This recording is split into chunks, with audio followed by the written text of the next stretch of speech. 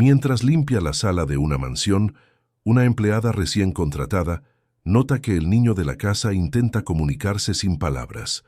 Al comprender las señales, descubre que el pequeño sufre en silencio y necesita ayuda urgente. Sin imaginarlo, ella inicia una transformación que cambiará para siempre a esa familia. El portón eléctrico se abrió con un sonido grave y metálico, revelando una entrada pavimentada con adoquines que serpenteaba entre jardines impecables.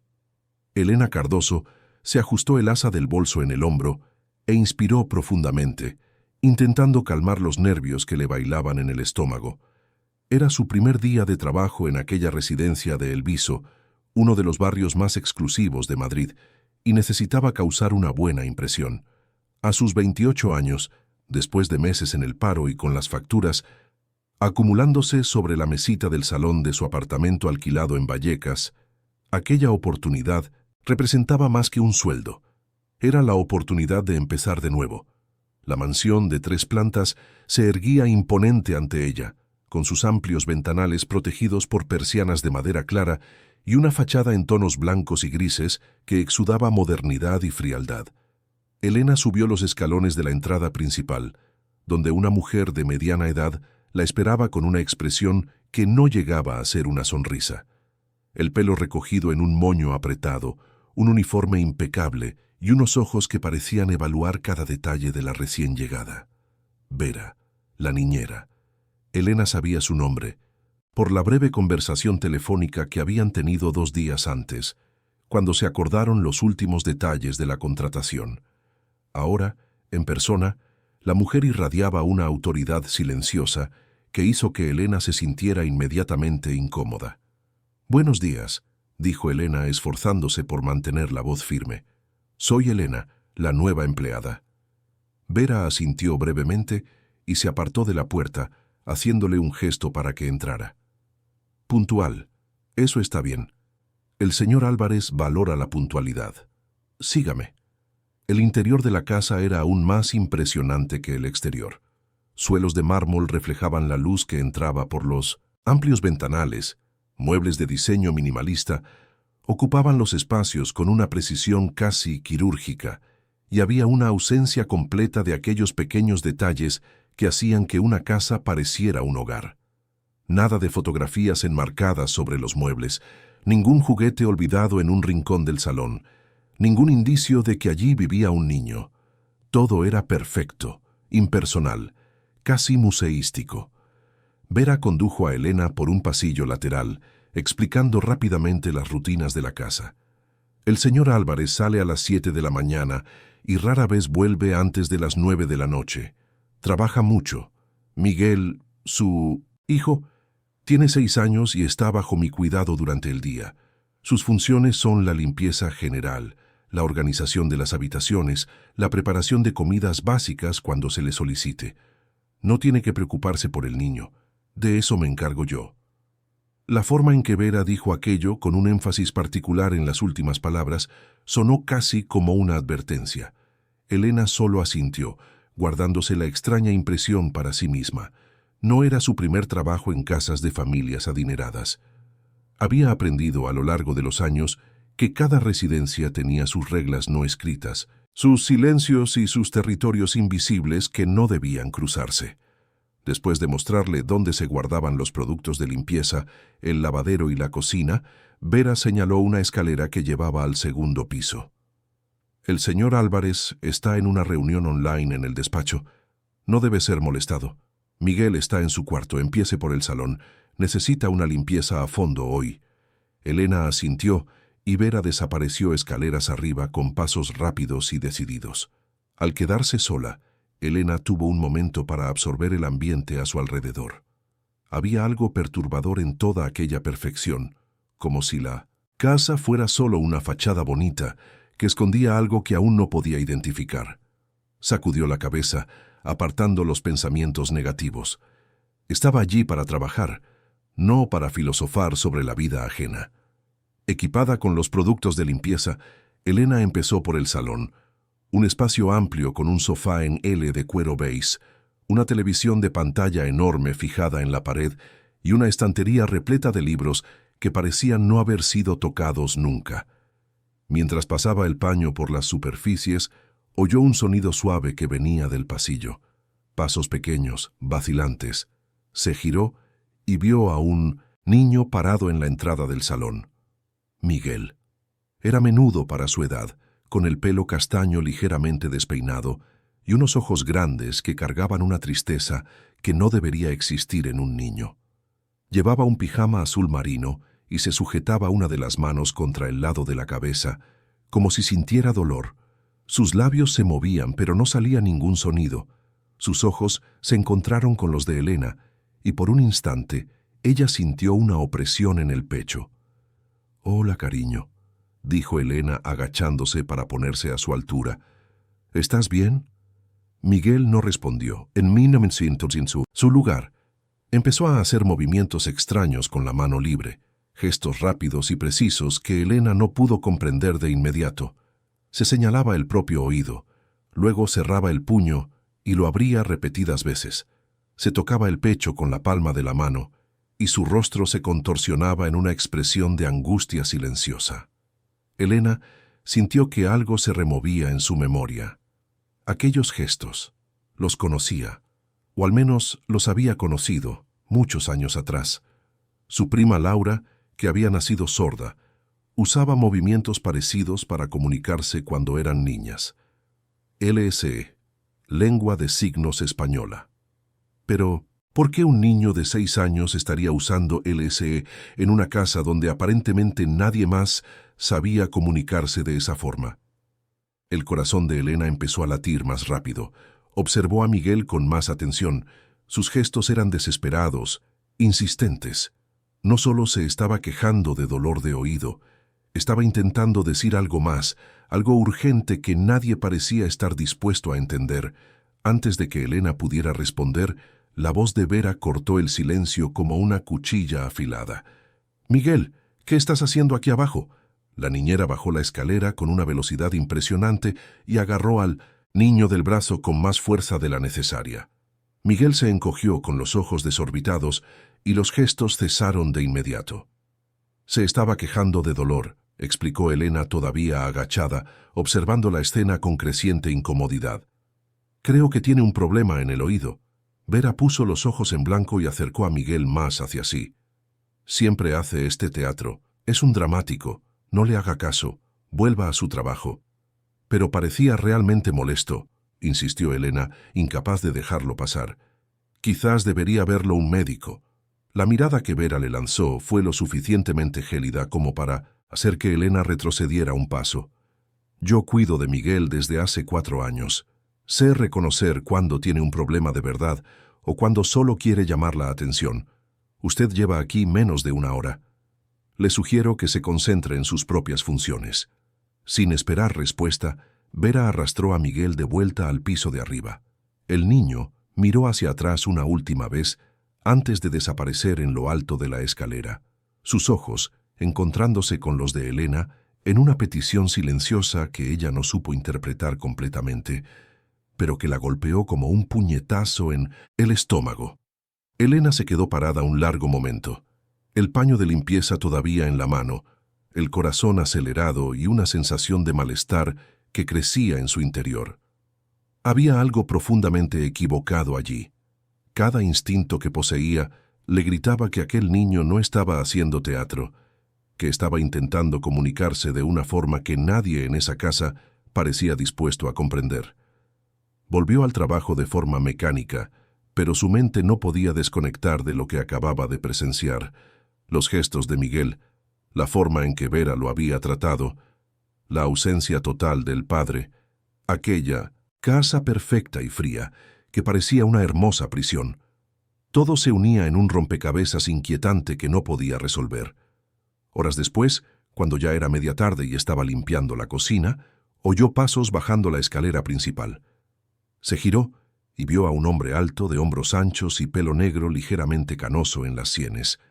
Vestía un traje oscuro sin corbata y llevaba una cartera de cuero bajo el brazo. Ricardo Álvarez, su nuevo jefe.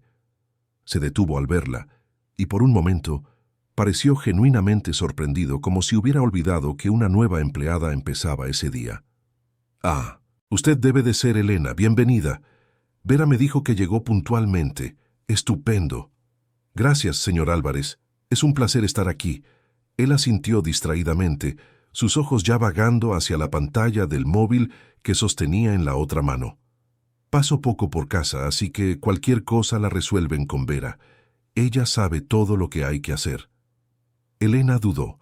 No era su costumbre entrometerse en asuntos que no le concernían, pero la imagen de Miguel llorando silenciosamente no se le iba de la cabeza. «Señor Álvarez, disculpe que le pregunte, pero ¿Miguel está bien? Me di cuenta de que tenía la mano en el oído antes y parecía molesto». Ricardo levantó los ojos del móvil, pero su expresión era más de irritación por haber sido interrumpido que de preocupación genuina por su hijo. «Vera se encarga de eso. Si hubiera algo grave, me avisaría. Miguel tiende a ser un poco sensible, no necesita preocuparse por él». Y con esa respuesta breve y desinteresada, Ricardo siguió en dirección al garaje, dejando a Elena sola en la cocina, con un peso aún mayor en el pecho. Aquel hombre apenas miraba a su propio hijo, delegaba todo en la niñera y seguía con su vida como si el niño fuera solo un elemento más en su lista de responsabilidades a ser gestionado por terceros. El resto del día pasó en una neblina de tareas automáticas. Elena limpió, organizó, preparó la cena según las instrucciones dejadas por Vera, pero su mente estaba lejos de allí.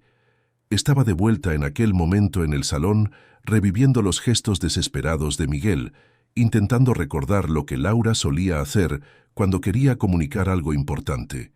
Cuando finalmente llegó la hora de irse, ya eran casi las 7 de la tarde. Elena guardó los productos, cogió su bolso y se despidió de Vera, que apenas levantó los ojos del móvil para responder. Durante todo el trayecto en autobús hasta su apartamento en Vallecas, no pudo dejar de pensar en el niño. Había algo que se le estaba escapando, una pieza fundamental del rompecabezas que, si la encontraba, cambiaría completamente el cuadro. Cuando llegó a casa, tiró el bolso en el sofá y fue directa al viejo portátil que mantenía sobre la mesita del comedor. Encendió el ordenador y tan pronto como se estableció la conexión a Internet, empezó a investigar. Signos de LSE, lengua de signos, española. ¿Cómo identificar si un niño está intentando comunicarse a través de signos? Signos de dolor en niños sordos. Los vídeos empezaron a aparecer en la pantalla. Elena los vio todos con una atención casi obsesiva, tomando notas en un cuaderno viejo, redescubriendo un lenguaje que había estado dormido en su memoria desde la infancia. Los signos para dolor, para ayuda, para miedo. Cada gesto que veía le traía de vuelta fragmentos de conversaciones mudas que tuvo con Laura años atrás, antes de que la prima se mudara con su familia al interior de Extremadura y perdieran el contacto. Cuanto más aprendía, más convencida estaba de que Miguel sí estaba intentando comunicarse, y lo que era aún más perturbador era que nadie en aquella casa parecía dispuesto a escucharlo.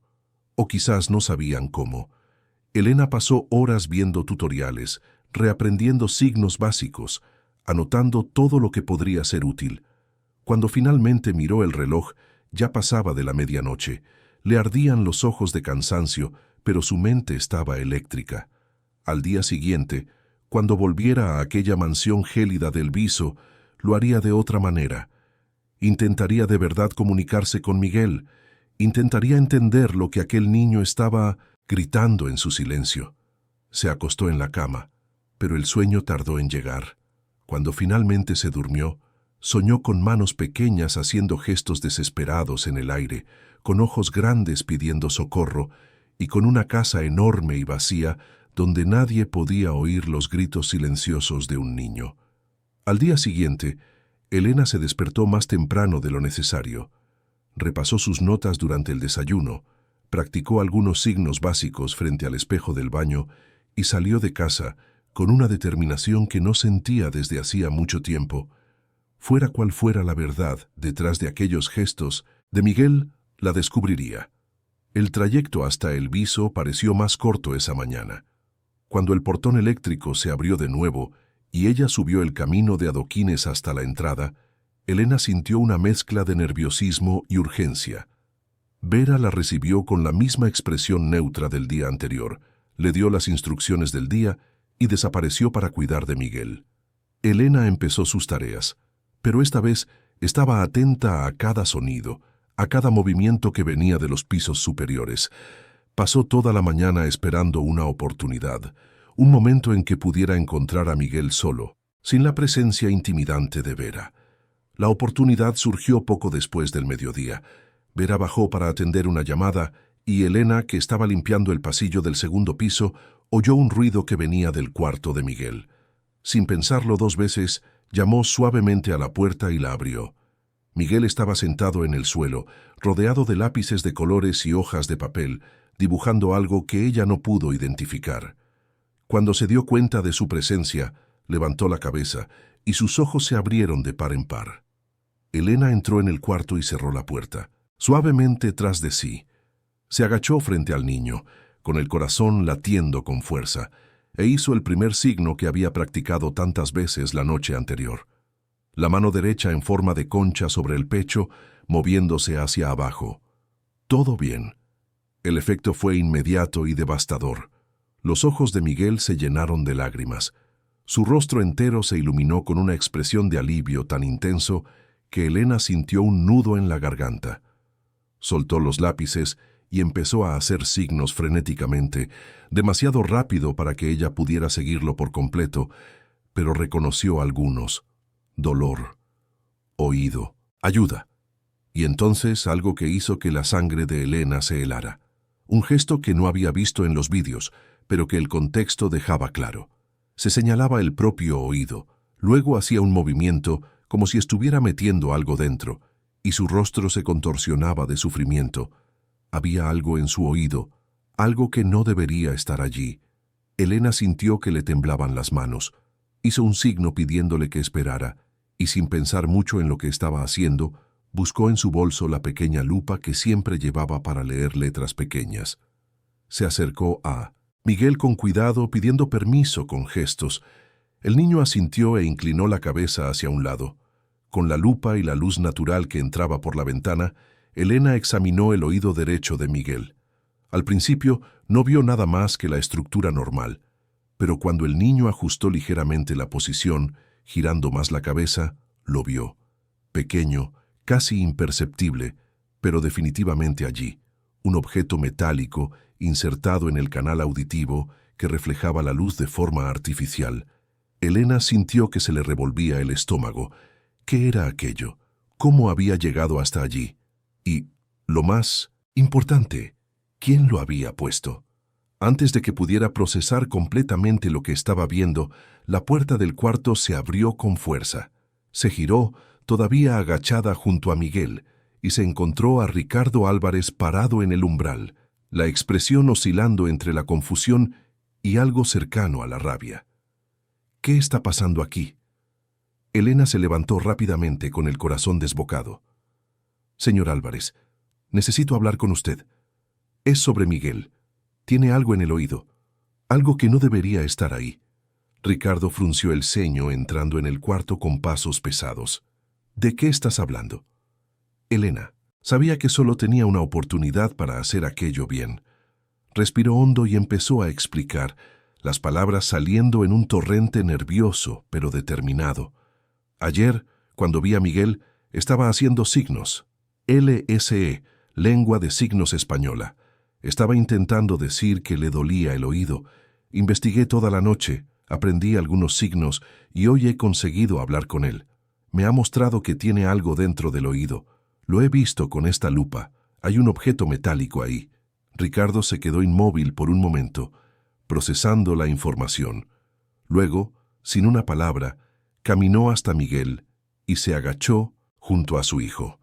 El niño, asustado por la repentina presencia del padre, se encogió ligeramente, pero Ricardo, con una delicadeza sorprendente, sujetó el rostro de su hijo con cuidado y examinó el oído que Elena había indicado. Pasaron segundos que parecieron horas. Entonces Ricardo se puso blanco, le temblaron los dedos, Vio exactamente lo que Elena había visto. Si esta historia te ha interesado, no te olvides de suscribirte a nuestro canal y decirnos desde qué ciudad nos estás viendo. Continuamos. Prometo que esta será la mejor historia que vas a escuchar en tu vida. El silencio que se instaló en el cuarto de Miguel era tan denso que Elena podía sentir su peso aplastándole el pecho. Ricardo seguía agachado junto a su hijo, los ojos fijos en aquel pequeño objeto metálico que no debería estar allí, la mano temblando levemente mientras sujetaba el rostro del niño con una delicadeza que contrastaba con la tormenta que claramente se formaba en su interior. Miguel permanecía inmóvil, sus grandes ojos alternando entre su padre y Elena, como si intentara entender lo que estaba sucediendo, pero al mismo tiempo aliviado porque finalmente alguien hubiera visto lo que llevaba tiempo intentando mostrar.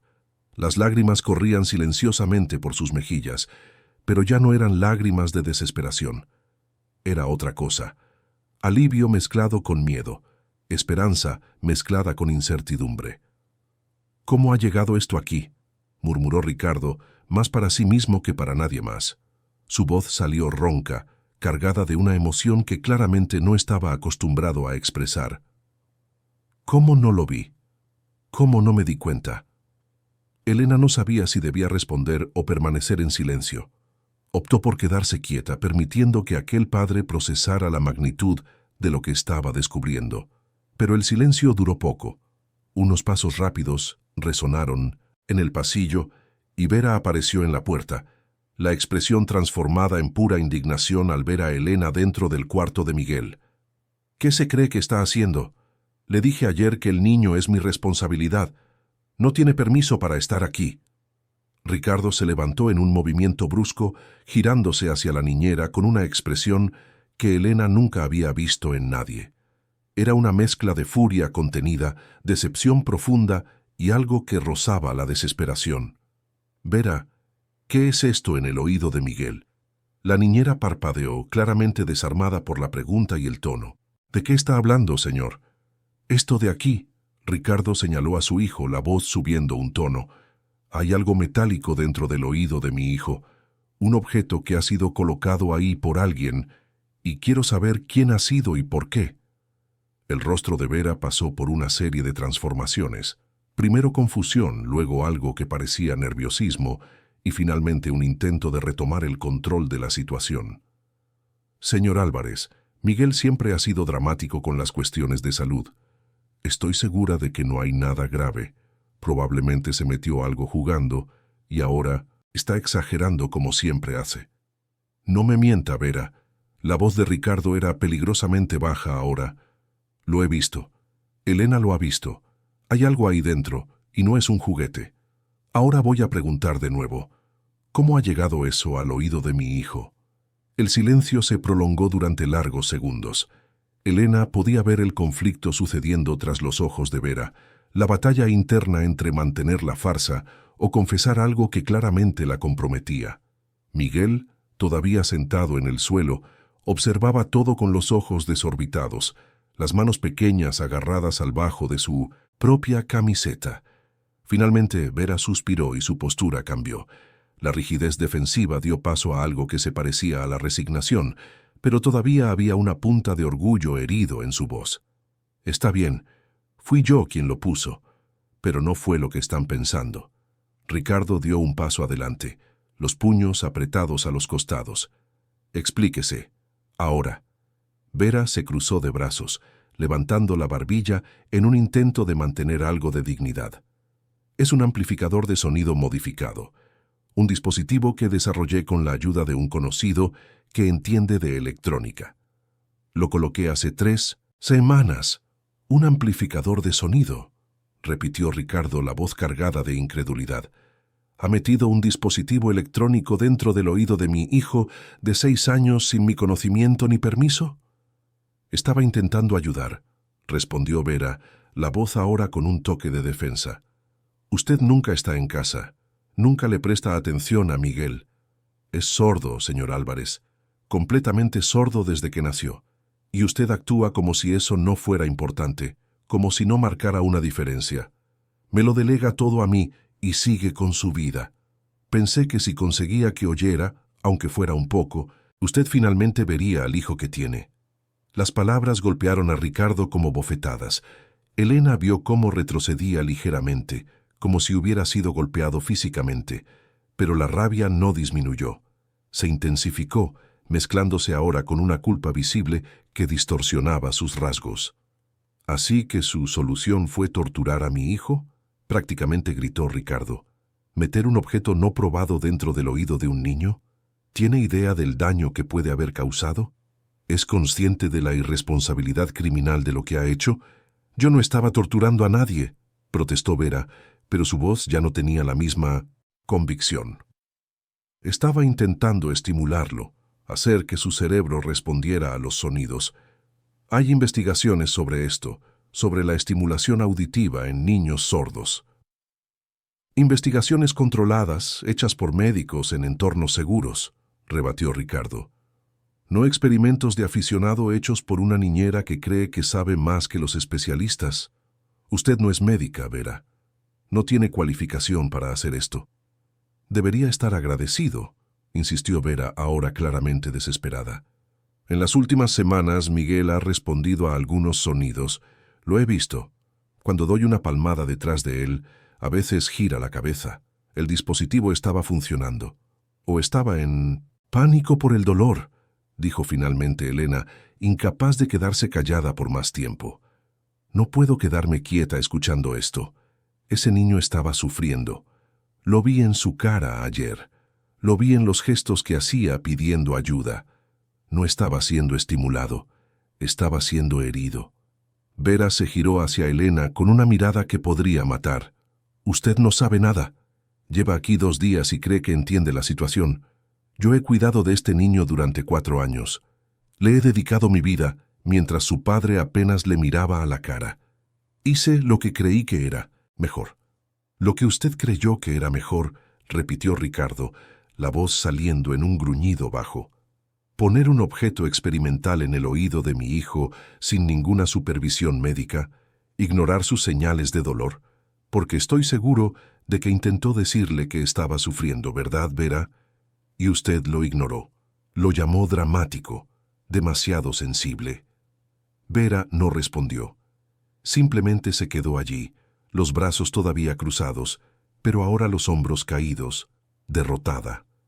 Ricardo se pasó la mano por el pelo en un gesto de frustración extrema, y entonces tomó una decisión. Está despedida. Quiero que se vaya de mi casa ahora mismo. Señor Álvarez, empezó Vera, pero él levantó la mano cortando cualquier intento de argumentación. Ahora, Vera, coja sus cosas y váyase. Mañana le transferiré el sueldo del mes y una indemnización a su cuenta, pero la quiero fuera de aquí en los próximos 30 minutos. Y si me entero de que le ha hecho algo parecido a otro niño, me aseguraré personalmente de que responda legalmente por ello. La niñera abrió la boca como si fuera a protestar, pero algo en la expresión de Ricardo la hizo reconsiderar. Con una última mirada entre resentida y derrotada, se dio la vuelta y salió del cuarto, sus pasos resonando por el pasillo, hasta desaparecer en su propia habitación en el 3er piso. Tan pronto como se fue, Ricardo se dejó caer en el borde de la cama de Miguel, pasándose las manos por la cara. Elena podía ver el temblor en sus hombros, el peso abrumador de la culpa abatiéndose sobre él. Miguel permaneció en el suelo, observando a su padre con una expresión que mezclaba confusión y una esperanza vacilante. «No lo sabía», dijo Ricardo, la voz ahogada por las manos que cubrían su rostro. «No sabía que estaba sufriendo. ¿Qué clase de padre soy que no se da cuenta cuando su propio hijo está en agonía?» Elena se acercó despacio, agachándose junto a Miguel. «Señor Álvarez, ahora lo más importante es quitar ese objeto con seguridad y llevar a Miguel a un médico. Después habrá tiempo para procesar todo esto». Ricardo levantó el rostro y Elena vio que sus ojos estaban rojos. «¿Sabe cómo quitarlo?» «No estoy segura», admitió Elena. «Pero creo que si vamos con mucho cuidado, podemos intentarlo. O podemos ir directamente a un hospital». Ricardo miró a Miguel, que los observaba a ambos, con atención. El niño hizo un signo con las manos, señalando a Elena y luego a su propio oído. El mensaje era claro. Confiaba en ella. «Por favor», dijo Ricardo suavemente, «inténtelo, pero si hay cualquier resistencia, paramos y vamos al hospital». Elena asintió. Le pidió a Ricardo que cogiera una linterna, una pinza muy fina que ella sabía que estaba en el botiquín de primeros auxilios de la casa, y un poco de aceite mineral que había visto en la cocina. Cuando Ricardo volvió con los objetos, ella los organizó cuidadosamente a su lado y entonces se acercó a Miguel. Habló con él a través de los signos que sabía y de gestos universales que cualquier niño entendería. Le explicó lo que iba a hacer, le pidió que se quedara muy quieto, le prometió que sería lo más cuidadosa posible. Miguel asintió con la cabeza, su confianza en Elena visible en cada movimiento.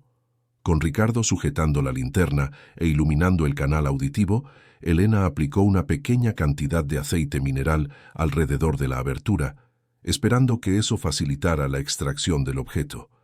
Luego, con la pinza y una mano extremadamente firme, empezó a trabajar. Fue un proceso lento y meticuloso.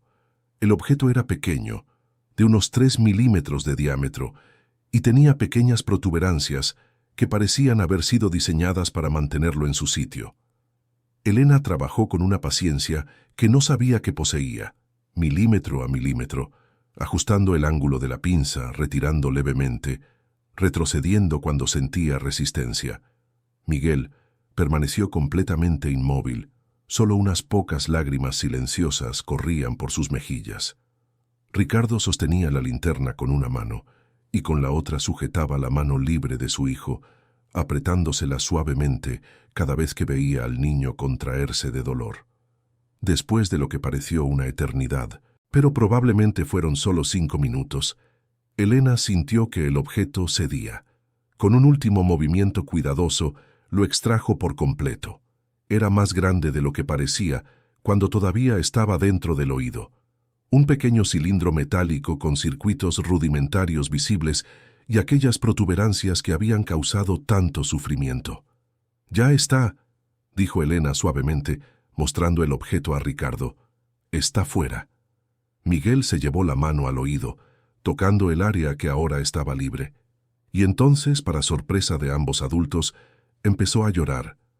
Pero no era un llanto de dolor, era alivio puro, absoluto, liberador. Los sollozos sacudían su pequeño cuerpo mientras se lanzaba a los brazos de Elena, aferrándose a ella como si fuera un salvavidas. Elena lo abrazó de vuelta, sintiendo que sus propias lágrimas empezaban a caer. Ricardo permaneció sentado en el borde de la cama, el terrible objeto todavía en su mano, observando la escena con una expresión devastada. «Gracias», dijo, la voz apenas un susurro. «No sé cómo agradecerte lo que has hecho». Elena simplemente negó con la cabeza, todavía abrazando a Miguel. «Tenemos que llevarlo a un médico, asegurarnos de que no hay daños permanentes». Ricardo asintió, y por primera vez, desde que Elena lo conocía, vio una determinación real en sus ojos. No la determinación fría de un empresario cerrando negocios, sino la determinación apasionada de un padre que finalmente estaba despertando a lo que realmente importaba. Fueron directamente a la clínica Ruber Internacional. Durante todo el trayecto en el coche, Miguel permaneció en el asiento trasero junto a Elena, sujetando su mano como si temiera que pudiera desaparecer. Ricardo conducía en silencio, los ojos alternando entre la carretera y el retrovisor, observando a su hijo con una atención que probablemente nunca le había prestado antes. En el hospital, fueron atendidos rápidamente. El médico, un otorrinolaringólogo experimentado llamado Dr. Vieira, examinó a Miguel con cuidado, hizo una serie de preguntas y finalmente dio el diagnóstico. Había una infección auditiva leve causada por el objeto extraño, pero nada que los antibióticos no pudieran resolver. El canal auditivo estaba irritado y habría sensibilidad durante unos días, pero no parecía haber daño permanente. «Han tenido mucha suerte de quitarlo cuando lo han hecho», explicó el doctor Vieira mirando directamente a Ricardo. Unas semanas más y el cuadro podría haberse complicado seriamente. Las infecciones de oído en niños sordos pueden ser especialmente peligrosas porque no pueden comunicar verbalmente el aumento del dolor. Ricardo asintió, la culpa pesando aún más sobre sus hombros. Les dieron la receta y Ricardo aseguró que comenzaría el tratamiento de inmediato. Antes de irse, el médico apartó a Elena. ¿Fue usted quien lo descubrió?, preguntó en voz baja. Elena asintió. Estaba intentando comunicarse a través de LSE. Nadie le estaba prestando atención. El doctor Vieira sonrió con tristeza. Usted ha salvado a ese niño. No solo de una infección, sino de algo mucho peor, la invisibilidad. Cuando nadie te ve, cuando nadie te oye, dejas de existir. Usted le ha devuelto la existencia. Las palabras se quedaron con Elena durante todo el camino de vuelta. Cuando llegaron a la mansión, ya era de noche. Vera se había ido de la casa. Sus cosas ya no estaban allí, y un silencio diferente flotaba sobre las habitaciones. Ya no era el silencio gélido de la negligencia, era el silencio de la transición, del espacio preparándose para ser llenado con algo nuevo. Ricardo preparó la cena para los tres. Nada elaborado, solo macarrones con tomate y queso rallado, pero fue la primera comida que hicieron juntos. Miguel comió despacio, todavía sensible, pero había un brillo en sus ojos que no estaba allí antes, y durante toda la comida no le quitó los ojos de encima a Elena, como si fuera un milagro que hubiera caído del cielo en su vida. Después de que Miguel se fuera a la cama, Ricardo le pidió a Elena que se quedara un poco. Se sentaron en el salón, el mismo donde Elena había visto al niño por primera vez, solo 2 días atrás. Parecía que había pasado una eternidad. «Tengo que pedirte algo», empezó Ricardo, con las manos entrelazadas y los codos apoyados en las rodillas. «Y tienes todo el derecho a negarte, pero tengo que intentarlo». Elena esperó, curiosa. «Quiero aprender», continuó. «LSE, quiero aprender a comunicarme con mi hijo de la forma que él necesita, y quería que tú me enseñaras». Elena parpadeó, sorprendida. «Señor Álvarez, yo no soy profesora, solo aprendí lo básico en la infancia con mi prima. No soy fluida. Pero sabes más que yo, y Miguel confía en ti. Por favor». Levantó los ojos y Elena vio algo allí que no había visto antes. Vulnerabilidad genuina. «He fallado por completo como padre. Dejé a mi hijo en manos de alguien que lo hirió y ni siquiera me di cuenta. No puedo cambiar el pasado, pero puedo intentar hacerlo diferente de ahora en adelante. Y para eso necesito poder conversar con él. De verdad». Elena sintió que algo se movía en su pecho. Allí estaba un hombre rompiéndose por completo, permitiendo que sus defensas cayeran, admitiendo sus errores y pidiendo ayuda. No era algo que viera todos los días, y Miguel merecía tener un padre que hiciera ese esfuerzo. «Está bien», dijo suavemente. «Te enseñaré lo que sé, y podemos aprender juntos. Hay vídeos online, cursos. Podemos hacer de esto un compromiso». El rostro de Ricardo se iluminó con algo que podría llamarse esperanza. «Gracias. Y Elena, por favor, llámame Ricardo. Sin el señor, después de hoy, creo que hemos ido más allá de las formalidades». Elena sonrió. «De acuerdo, Ricardo». En los días siguientes establecieron una rutina. Todas las mañanas, antes de que Ricardo se fuera al trabajo, él y Elena se sentaban en la mesa de la cocina, con el portátil abierto, viendo vídeos de LSE, practicando signos, cometiendo errores, riéndose de sus propias torpezas. Y al tercer día, algo mágico sucedió. Miguel bajó a desayunar, y al ver a Vinson, su padre, practicando signos con Elena, se detuvo en la entrada de la cocina. Los dos adultos no lo vieron de inmediato, concentrados en intentar dominar el alfabeto manual. Cuando finalmente se dieron cuenta de su presencia, Miguel ya se había acercado, y con la paciencia infinita de los niños, empezó a corregir los gestos de su padre. Ricardo se quedó helado por un momento, mirando a su hijo con una expresión de pura emoción, y entonces, lentamente, intentó el signo que acababan de aprender. «Buenos días».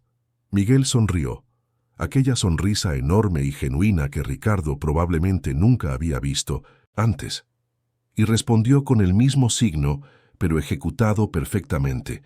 A partir de ese momento, los tres se convirtieron en alumnos y profesores simultáneamente, cada uno contribuyendo con lo que sabía, aprendiendo de los errores y celebrando cada pequeña victoria. La casa empezó a cambiar. Post-its con dibujos y signos aparecieron en las paredes. Ventana, puerta, agua, comida. Cada habitación se convirtió en un aula, cada objeto en una oportunidad de aprendizaje. Y en el centro de todo, Miguel florecía como una flor que finalmente había recibido sol después de meses en la sombra.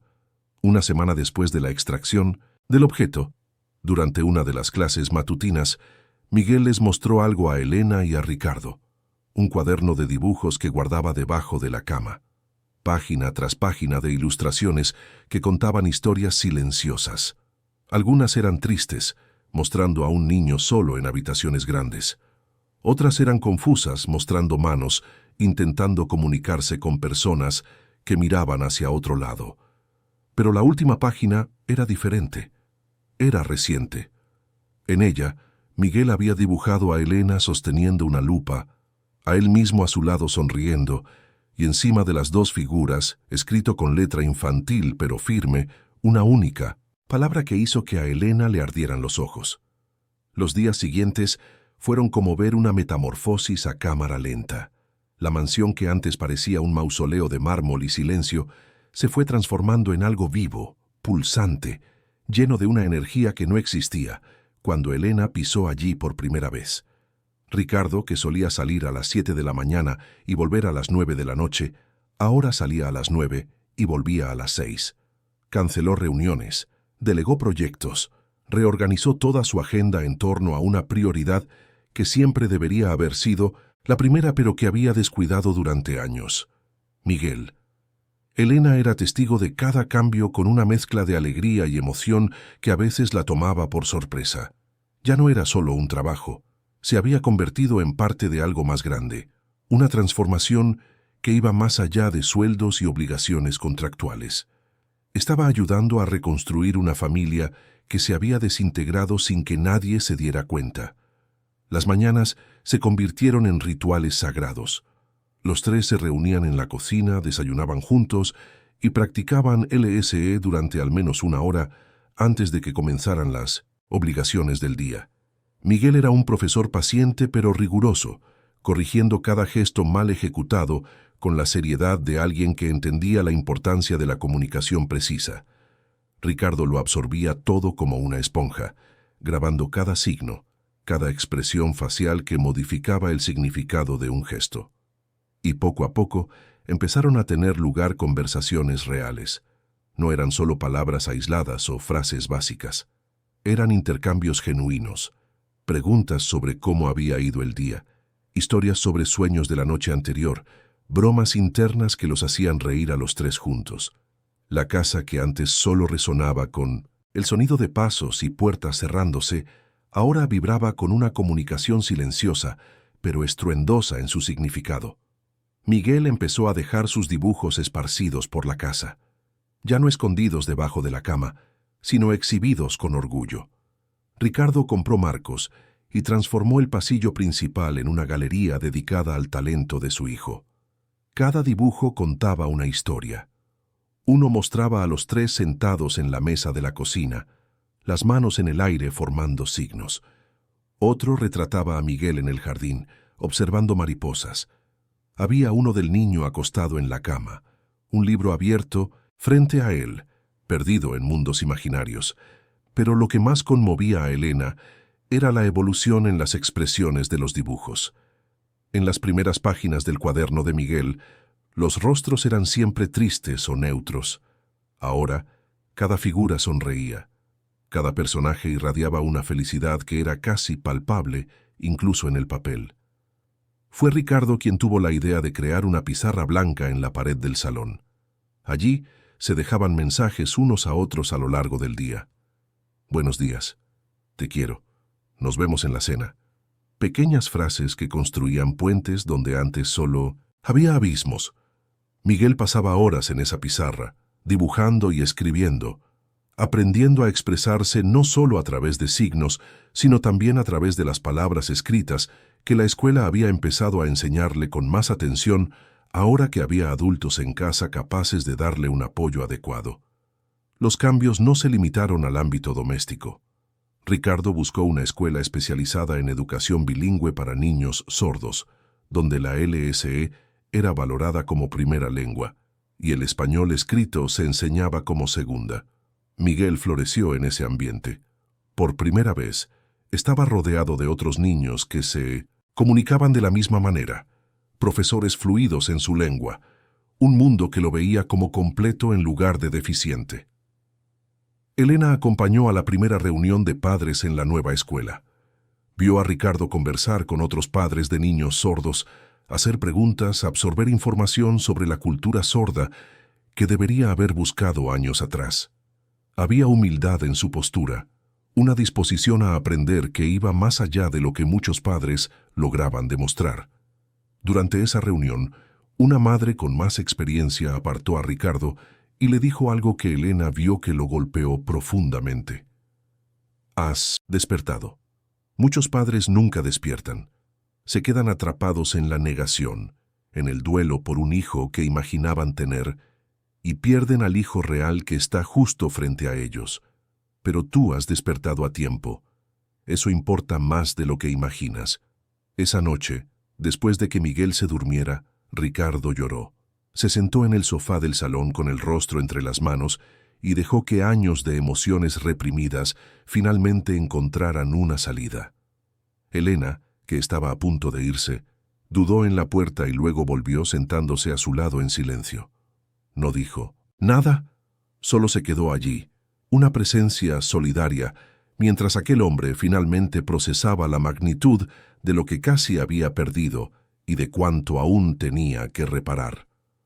Cuando Ricardo finalmente levantó el rostro, los ojos rojos pero más ligeros, dijo algo que Elena jamás olvidaría. Yo estaba muerto. No me daba cuenta, pero lo estaba. Funcionando, trabajando, pagando facturas, pero completamente muerto por dentro. Y Miguel se estaba muriendo también, justo delante de mí. Y yo no lo veía.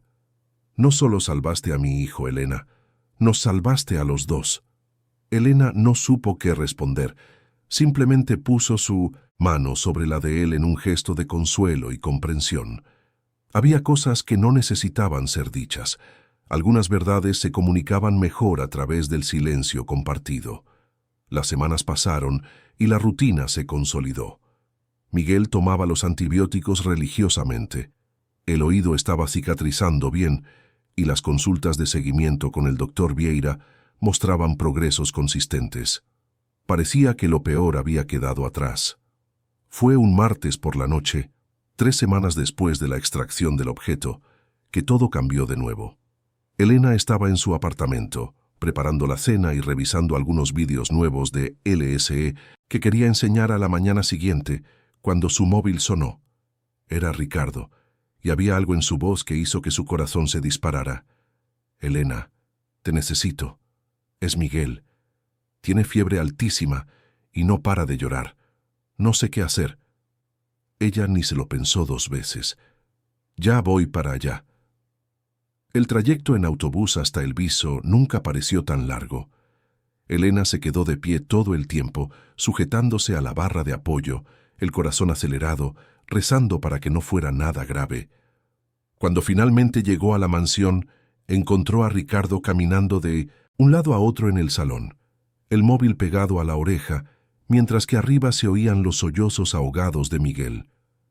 El doctor Vieira ha dicho que lo llevemos al hospital inmediatamente, dijo Ricardo en cuanto la vio, colgando el teléfono. La fiebre está en 39,5 grados. Le duele mucho. Fueron al hospital por segunda vez en menos de un mes. Miguel estaba acurrucado en el asiento trasero, temblando a pesar de la fiebre, las lágrimas corriendo silenciosamente. Elena se sentó a su lado, sujetando su mano y haciendo signos reconfortantes cada vez que abría los ojos. En urgencias, Fueron atendidos rápidamente gracias a la gravedad del cuadro. Llamaron al doctor Vieira y tras una serie de pruebas dio el diagnóstico que todos temían. La infección había vuelto, pero esta vez era más seria. Se había formado un absceso en el canal auditivo, probablemente debido a algún residuo microscópico del dispositivo que no había sido completamente eliminado por la primera ronda de antibióticos. Miguel necesitaría cirugía, urgente. La palabra cirugía cayó como una bomba sobre Ricardo. Su rostro perdió todo el color y tuvo que sentarse. Elena le puso la mano en el hombro, ofreciendo apoyo silencioso, mientras el doctor Vieira explicaba el procedimiento. Sería una cirugía relativamente simple, hecha bajo anestesia general, donde drenarían el absceso y limpiarían completamente el canal auditivo. Con suerte y cuidado, no habría complicaciones. Con suerte, repitió Ricardo, la voz hueca. ¿Y si no hay suerte? El doctor Vieira suspiró. Siempre hay riesgos, señor Álvarez, pero es una cirugía que hacemos regularmente. El equipo tiene experiencia, y si no la hacemos, la infección puede extenderse. Esta es una situación donde el riesgo de no actuar es mayor que el riesgo de actuar. ¿Cuándo sería la cirugía?, preguntó Elena, sintiendo que Ricardo era incapaz de formular la pregunta. Mañana por la mañana, a primera hora. Voy a reservar el quirófano ahora. Miguel pasó la noche en el hospital. Elena y Ricardo se turnaron junto a su cama, sujetando su mano, haciendo signos reconfortantes cada vez que se despertaba asustado. La fiebre fue controlada con medicación intravenosa, pero el dolor persistía, un cruel recordatorio de que aquel sufrimiento era resultado directo de la negligencia de los adultos que deberían haber protegido a ese niño. Cuando el sol empezó a salir, pintando el cielo de tonos anaranjados visibles a través de la ventana de la habitación del hospital, Ricardo finalmente verbalizó lo que le estaba corroyendo el pecho. Esto es mi culpa. Todo esto. Si le hubiera prestado atención, si no se lo hubiera delegado todo a Vera, nada de esto habría pasado. Elena, que estaba sentada en la silla junto a la cama, cansada pero alerta, negó con la cabeza. No puedes cambiar el pasado, Ricardo. Ninguno de nosotros puede. Pero estás aquí ahora, estás presente, estás luchando por él. Eso es lo que importa. Pero ¿y si algo sale mal en la cirugía? ¿Y si lo pierdo ahora que finalmente lo he encontrado? No va a salir mal, dijo Elena con una convicción que no estaba segura de sentir, pero que sabía que era necesaria. El doctor Vieira es excelente. El equipo está preparado. Miguel es fuerte. Lo va a superar. Ricardo miró a su hijo durmiendo. El pequeño rostro pálido contra la almohada blanca del hospital, los mechones de pelo pegados a la frente por el sudor.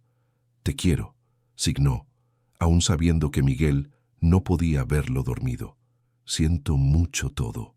Las horas siguientes fueron una tortura de ansiedad. A las 7 de la mañana, el equipo quirúrgico vino a buscar a Miguel. El niño se despertó asustado, los ojos buscando inmediatamente rostros familiares.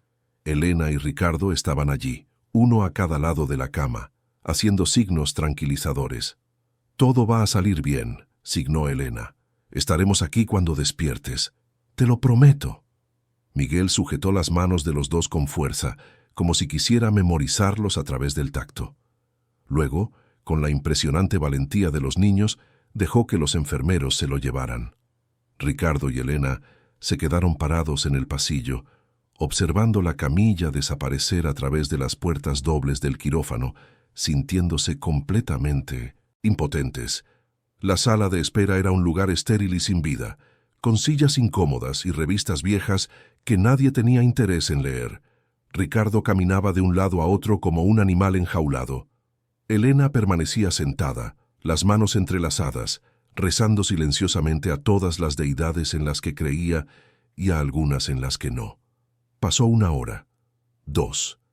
El reloj de la pared avanzaba con una lentitud torturante. Otras familias entraban y salían de la sala de espera, cada una con sus propias agonías, pero ninguna pareció tan larga como la de ellos. Finalmente, después de 3 horas que parecieron 3 días, las puertas se abrieron y el doctor Vieira apareció, todavía con el gorro y la mascarilla quirúrgica colgando del cuello. Ricardo prácticamente corrió hacia él, con Elena justo detrás. «La cirugía ha sido un éxito», anunció el médico, y Elena sintió que sus piernas casi cedían de alivio. «Hemos drenado el absceso por completo. El canal auditivo está limpio ahora. No encontramos ningún otro residuo del objeto. Miguel tendrá que quedarse unos días ingresado para monitorización y antibióticos intravenosos, pero se recuperará por completo». Ricardo cerró los ojos y dejó escapar un sonido que era mitad risa, mitad sollozo. «Puedo verlo. Todavía está en recuperación, pero en cuanto esté despierto y estable, podrán entrar». Una hora más de espera, pero esta vez la ansiedad había sido reemplazada por un alivio profundo y abrumador. Cuando finalmente les autorizaron a entrar, encontraron a Miguel todavía somnoliento por los efectos de la anestesia, pero despierto. Sus ojos se iluminaron al verlos a los dos e intentó hacer un signo con la mano que no estaba conectada al suero. «Estamos aquí», signó Ricardo, las lágrimas corriendo libremente ahora. «Has sido muy valiente». Miguel intentó sonreír, pero estaba claramente agotado. Cerró los ojos de nuevo y todavía sujetando la mano de su padre y de Elena, se durmió. Pero esta vez era un sueño tranquilo, sin dolor, sin fiebre. Un sueño de curación. Los 3 días siguientes se dividieron entre el hospital y pausas rápidas en casa para ducharse y cambiarse de ropa. Elena llamó a la agencia que la había recomendado para el trabajo, explicó la situación y fueron comprensivos al liberarla temporalmente. Ricardo canceló todo, absolutamente todo en su agenda. El mundo de los negocios podía esperar. Su hijo no. Transformaron la habitación del hospital en algo menos impersonal. Trajeron los dibujos favoritos de Miguel y los pegaron en las paredes. Colocaron una pequeña pizarra blanca en una mesita auxiliar para poder comunicarse incluso cuando Miguel estaba demasiado cansado para signos elaborados. Elena trajo libros infantiles y se los leía, señalando las ilustraciones y haciendo los signos correspondientes a las palabras. Ricardo no se apartó del lado de su hijo. Dormía en la incómoda silla junto a la cama. Se despertaba cada vez que una enfermera entraba para comprobar las constantes vitales. Sujetaba la mano de Miguel siempre que veía alguna molestia en el rostro del niño. Estaba presente de una forma en la que nunca lo había estado antes, y Miguel se daba cuenta. Incluso en medio del dolor y la incomodidad de los vendajes y las inyecciones, había una paz en el rostro del niño que iba más allá de la ausencia de sufrimiento físico. Era la paz de saber que no estaba solo, de saber que era visto, amado, importante. Al tercer día, el doctor Vieira vino con buenas noticias. La recuperación iba mejor de lo esperado. No había signos de infección remanente. Miguel podría recibir el alta al día siguiente, con instrucciones estrictas de reposo, cuidados con el vendaje y una nueva ronda de antibióticos, pero podría irse a casa. Casa. La palabra nunca sonó tan dulce. La noche anterior al alta, mientras Miguel dormía profundamente después de un día entero de juegos ligeros y conversaciones en signos con los enfermeros que habían aprendido algunos gestos básicos solo para comunicarse con él, Ricardo y Elena hablaron en el pasillo. «No sé cómo darte las gracias», empezó Ricardo, pero Elena negó con la cabeza. «No tienes que agradecerme por hacer lo que era correcto, pero tú fuiste más allá. Te preocupaste cuando no tenías la obligación de hacerlo. Viste a mi hijo cuando yo estaba ciego a él. Construiste un puente entre nosotros que ni siquiera sabía que era posible». Elena sonrió con cansancio. «Miguel es un niño especial. Cualquiera habría hecho lo mismo. Pero no lo hicieron. Vera estuvo con él 4 años y lo hirió. Yo estuve con él toda su vida y lo ignoré. Tú estuviste con él unos días y lo salvaste. Eso no es una coincidencia. Es quien eres». Se quedaron en silencio por un momento, el sonido distante de máquinas y conversaciones suaves de enfermeras llenando el espacio. Entonces Ricardo tomó una decisión que llevaba días considerando. «Elena, cuando volvamos a casa, cuando Miguel esté recuperado, me gustaría hacerte una propuesta formal. Pero por ahora, solo quiero que sepas que no eres solo una empleada. Eres parte de esta familia, y espero que sigas siéndolo. Elena sintió que le ardían los ojos. No sabía qué decir. No tenía palabras adecuadas para expresar cuánto habían cambiado su propia vida también aquellas últimas semanas. Había entrado en esa mansión buscando solo un empleo, una forma de pagar las facturas. Había encontrado un propósito, una conexión, un lugar donde importaba de verdad. Yo también lo espero, respondió finalmente, porque vosotros dos también os habéis convertido en mi familia. La mañana del alta hospitalaria amaneció clara y soleada, como si el propio universo estuviera celebrando la recuperación de Miguel. Elena llegó temprano con una muda de ropa limpia para el niño, una camisa azul claro con dibujos de aviones que había comprado especialmente para ese día. Cuando Miguel vio la ropa, sus ojos brillaron e hizo el signo de gracias con tanto entusiasmo que casi derribó el vaso de agua de la mesita junto a la cama.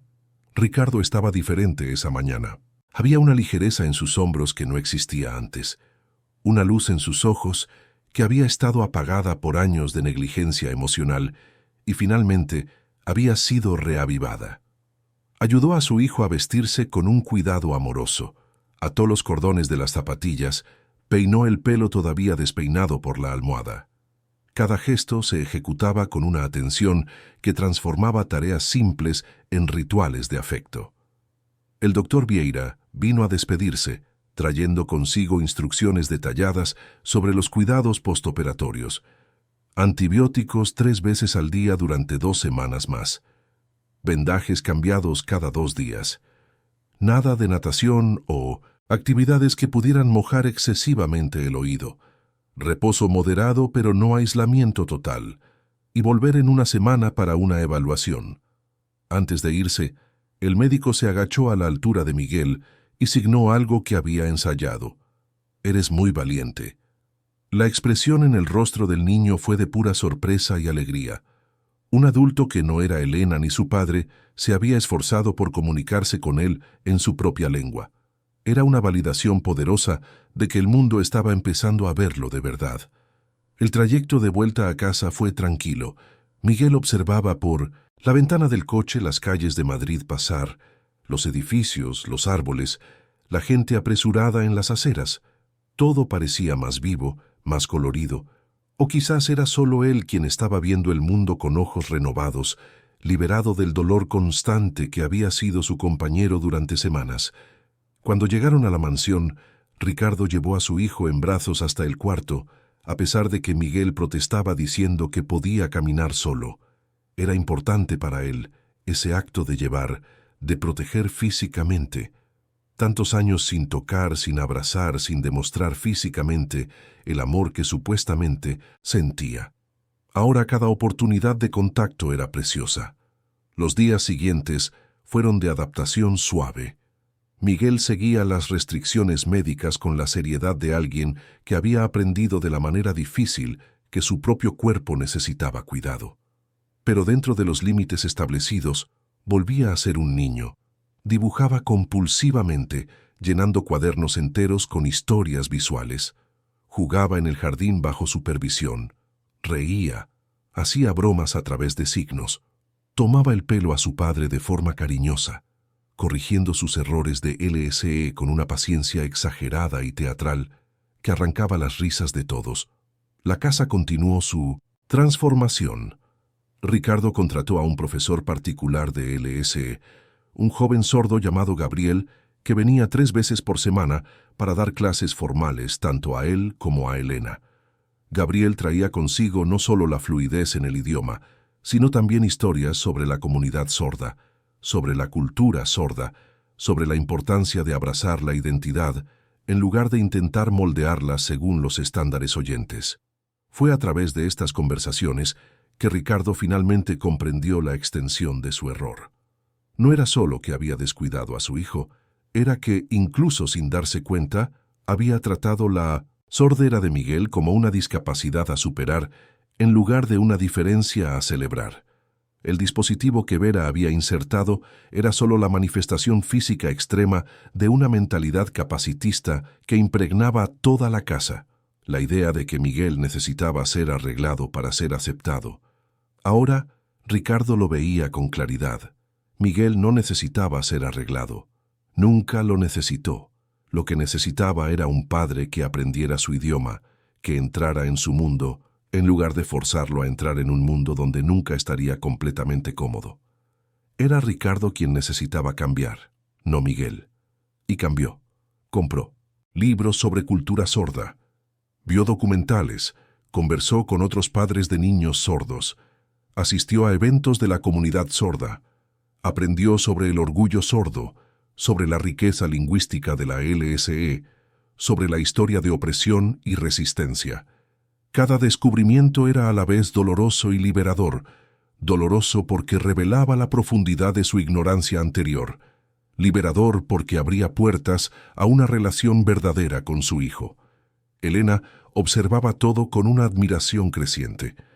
No era común ver a alguien dispuesto a deconstruir por completo sus propias convicciones, a admitir errores tan fundamentales y luego trabajar activamente para cambiarlos. Ricardo era imperfecto, todavía cometía errores, todavía tenía momentos de frustración cuando la comunicación no fluía como le gustaría. Pero persistía. Todos los días elegía hacerlo mejor. Un mes después de la cirugía, la escuela de Miguel organizó una presentación especial. Cada niño debía contar una historia personal, usando el formato que prefiriera. Algunos eligieron presentaciones en vídeo, otros optaron por actuaciones teatrales. Miguel decidió crear un cómic. Durante 2 semanas trabajó obsesivamente en el proyecto. Elena y Ricardo lo ayudaban cuando se lo pedía, pero la mayor parte del trabajo era suyo. Cada viñeta estaba dibujada con un cuidado meticuloso, cada diálogo pensado para transmitir exactamente la emoción que él quería. La historia comenzaba con un niño triste en una casa grande y vacía. En las siguientes viñetas aparecía un objeto siendo insertado en su oído, su dolor creciendo, sus intentos de comunicación siendo ignorados. Luego surgía un ángel de pelo castaño, sosteniendo una lupa. Estaba el descubrimiento, la extracción del objeto, el padre finalmente mirando de verdad a su hijo. Las siguientes viñetas mostraban la transformación, manos conversando, sonrisas, un hospital, miedo y finalmente una casa llena de amor, de comprensión, de conexión. En la última viñeta, la más poderosa de todas, Miguel se dibujó a los 3 juntos en un jardín, rodeados de palabras flotando en el aire. Palabras en español y signos ilustrados de LSE, todos mezclados, mostrando que ahora había comunicación real. Y en la parte superior del panel, en letras grandes y cuidadosamente dibujadas, una frase que lo resumía todo. Mi familia me oye. El día de la presentación, la escuela estaba repleta de padres, profesores y alumnos. Elena y Ricardo se sentaron en la primera fila, con los nervios a flor de piel, a pesar de saber que no eran ellos los que presentaban. Cuando llegó el turno de Miguel, subió al escenario con su panel gigante, lo colocó en el soporte preparado y comenzó a asignar su historia. Había un intérprete de LSE para los padres y profesores oyentes, pero Elena apenas necesitaba mirarlo. Entendía cada signo de Miguel, cada expresión facial, cada movimiento corporal que complementaba la narrativa. Y mientras el niño contaba su historia, podía ver lágrimas en los ojos de otros padres, comprensión en los rostros de los profesores, admiración en las miradas de los compañeros.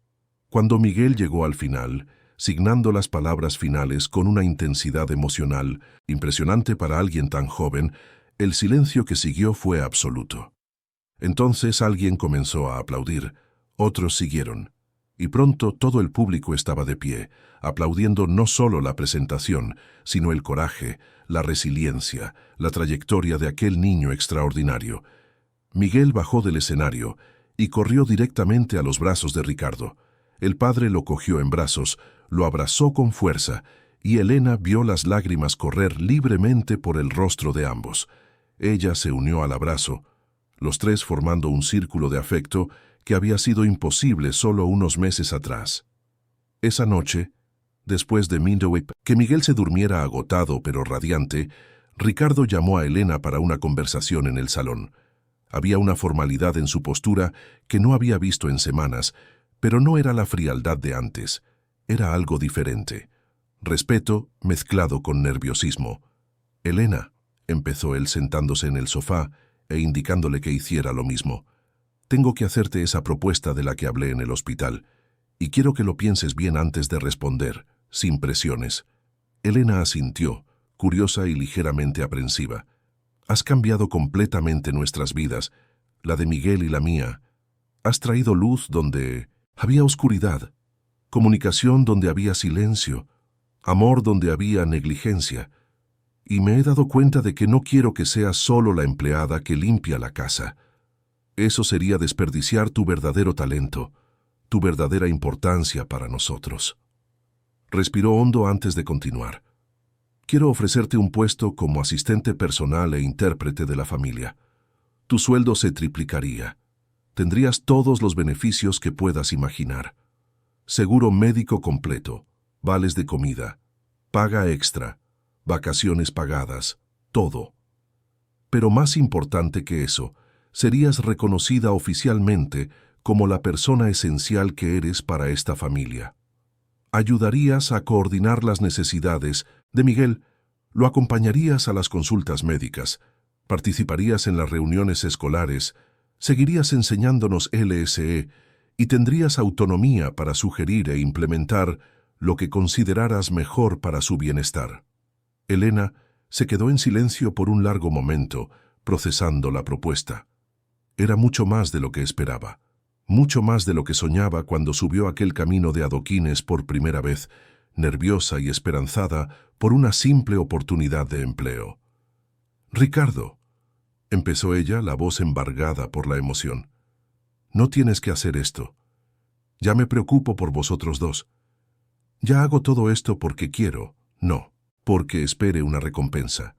«Lo sé», respondió Ricardo suavemente, «y es exactamente por eso que mereces ser recompensada. No es solo por el trabajo que haces, Elena, es por quién eres, y quiero que sepas que eres valorada, que eres vista, que importas». Las palabras resonaron con algo que Elena le había dicho a él semanas atrás, sobre que Miguel necesitaba ser visto, y ahora él se lo estaba devolviendo a ella, reconociendo su humanidad, su valor, su importancia. Las lágrimas empezaron a caer antes de que pudiera controlarlas. Intentó limpiarlas rápidamente, pero Ricardo solo sonrió con comprensión y esperó. «Acepto», dijo finalmente Elena. «Sería un honor seguir formando parte de esta familia oficialmente». Ricardo sonrió, una sonrisa genuina y cálida que transformaba completamente su rostro. «Entonces está decidido. Prepararé el contrato esta misma semana. Y Elena, gracias por todo, por ver lo que yo no veía, por preocuparte cuando no tenías por qué, por salvar a mi hijo y en el proceso salvarme a mí también». Brindaron con té esa noche, conversando hasta tarde sobre planes para el futuro. Ricardo quería transformar una parte de la casa en una biblioteca con libros en LSE y sobre cultura sorda. Pensaba en crear una fundación para ayudar a otras familias con niños sordos a tener acceso a recursos y educación. Quería ser activo, marcar la diferencia, transformar su error en algo que pudiera ayudar a otros a no cometer los mismos errores. Elena contribuía con ideas, entusiasmada con las posibilidades. Sugería grupos de apoyo, talleres, colaboraciones con escuelas.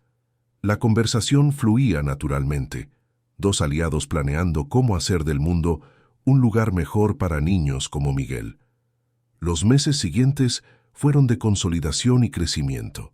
La rutina establecida se profundizó.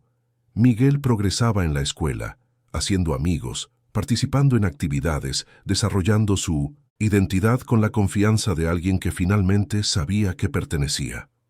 Ricardo equilibraba trabajo y familia de forma saludable, sin permitir nunca más que los negocios eclipsaran lo que realmente importaba. Elena asumió su nuevo papel con dedicación y creatividad, siempre buscando formas de enriquecer la vida de Miguel y fortalecer los lazos familiares. La casa estaba irreconocible. Lo que antes era un mausoleo gélido, ahora pulsaba con vida. Había color en las paredes, arte en los pasillos, libros esparcidos, materiales de dibujo en cada rincón. El jardín, que antes era solo decorativo, se convirtió en un espacio de juegos y descubrimientos. La cocina, que Vera mantenía impecable e intocada, ahora frecuentemente estaba desordenada con experimentos culinarios de los tres juntos, risas y harina por todas partes. Fue en una tarde de sábado, 6 meses después de aquel primer día fatídico, cuando Elena vio a Miguel llorando y haciendo gestos que nadie entendía, que la transformación quedó completa y visible en su totalidad. Estaban los tres en el jardín. El sol de la tarde se filtraba a través de las hojas de los árboles, creando patrones de luz y sombra en el césped. Miguel corría detrás de una pelota, riendo, con la alegría despreocupada de la infancia. Ricardo estaba sentado en un banco de madera, observando a su hijo con una expresión de pura felicidad. Elena estaba a su lado, también observando, con una suave sonrisa en el rostro. Miguel dejó de correr y signó algo a su padre. Ricardo respondió de inmediato, los gestos fluyendo naturalmente. Era una conversación sobre nada y todo al mismo tiempo, sobre lo bonito que estaba el día, sobre lo que querían hacer al día siguiente, sobre un nuevo dibujo que Miguel estaba planeando. Comunicación genuina, conexión real. Después de unos minutos, Miguel volvió a jugar y Ricardo se giró hacia Elena. ¿Sabes qué es lo más increíble de todo esto?, preguntó, pero no esperó respuesta antes de continuar. No es solo que he aprendido LSE, es que he aprendido a escuchar de verdad, no con los oídos, sino con el corazón.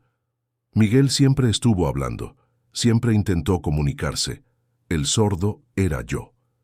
Y tú me enseñaste a oír.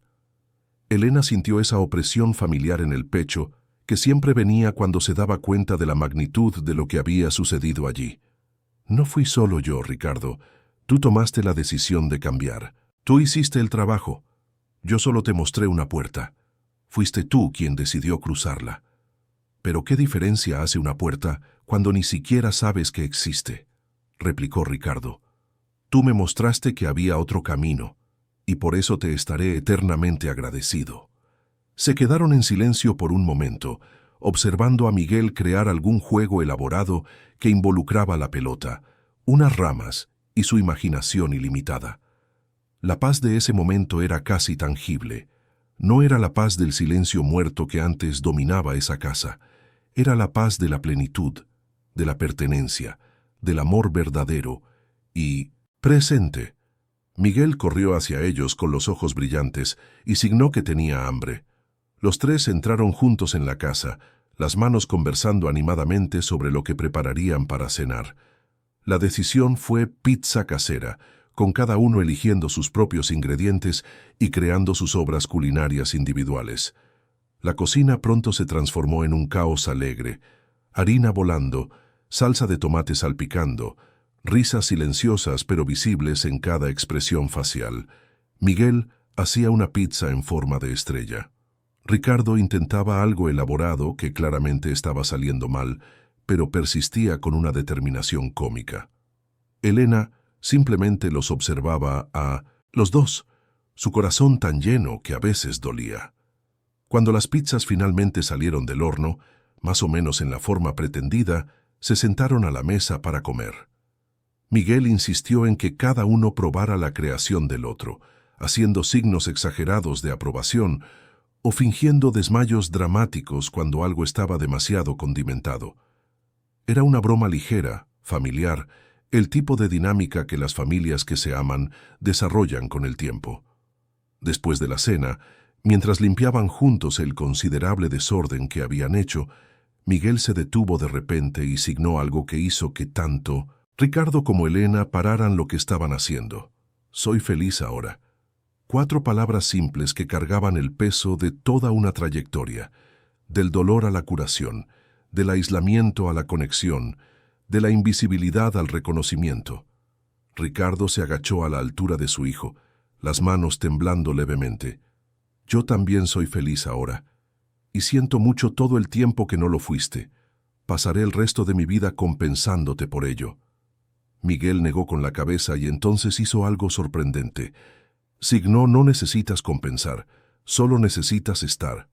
Y continuó secando los platos como si no acabara, de dar una lección de perdón y amor incondicional que muchos adultos tardan toda una vida en aprender. Esa noche, después de que Miguel se durmiera, Elena se preparaba para volver a su apartamento, cuando Ricardo la llamó una vez más. Había algo en su expresión que no podía identificar, nerviosismo quizás, o esperanza. Elena, he estado pensando mucho en todo esto, en cómo han cambiado las cosas, en lo que significas para nosotros. Dudó, luchando claramente por encontrar las palabras adecuadas, y me he dado cuenta de algo. En algún momento de los últimos meses dejaste de ser solo la persona que nos ayudó. Te volviste esencial, no solo para Miguel, sino para mí también. Elena sintió que su corazón se aceleraba, insegura de hacia dónde iba esa conversación.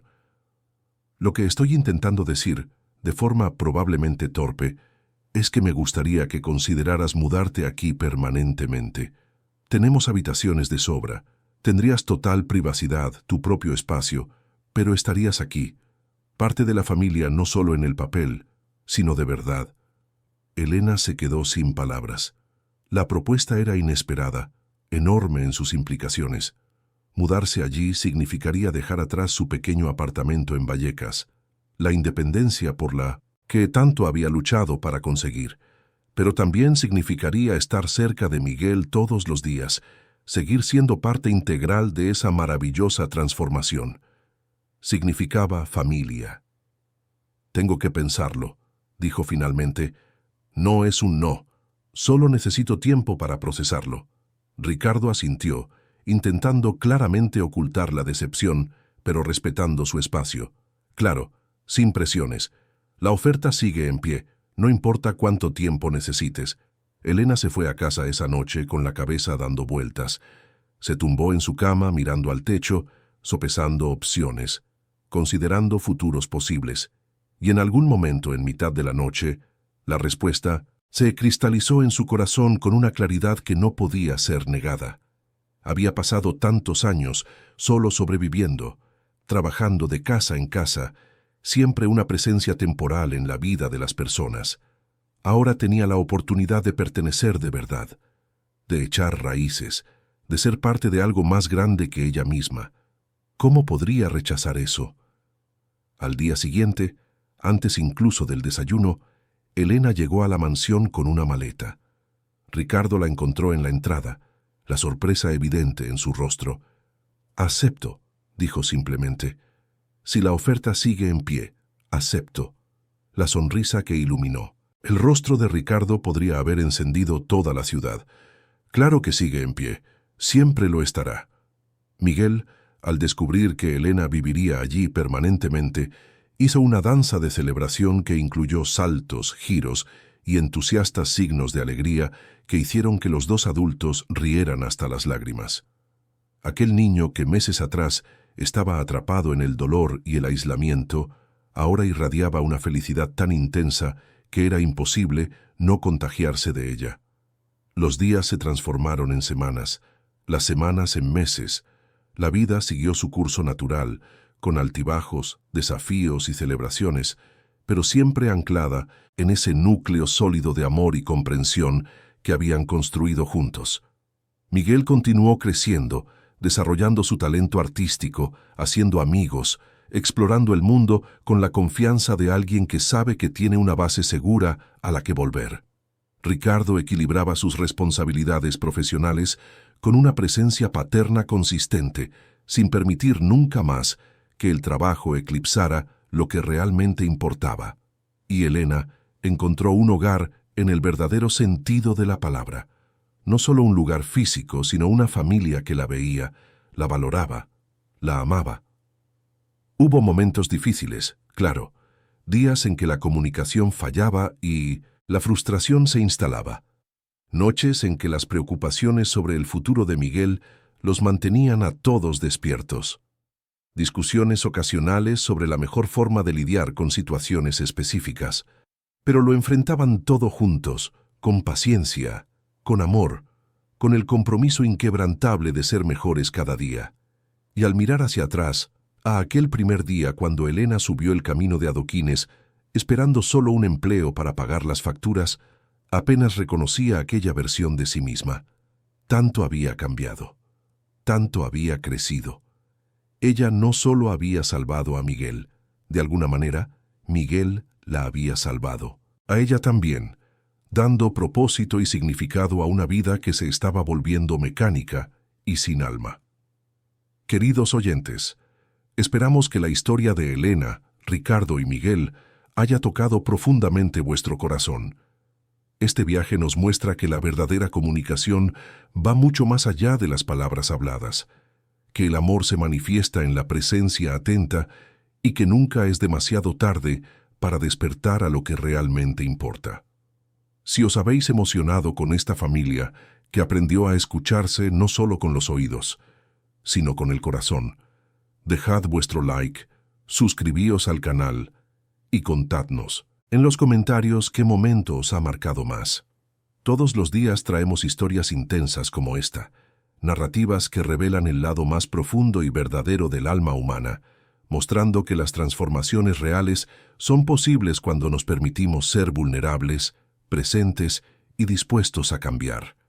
La historia de Elena y Miguel nos recuerda que a veces un simple gesto de atención puede salvar no solo una vida, sino a toda una familia. Os esperamos en el próximo episodio con otra historia que tocará vuestra alma.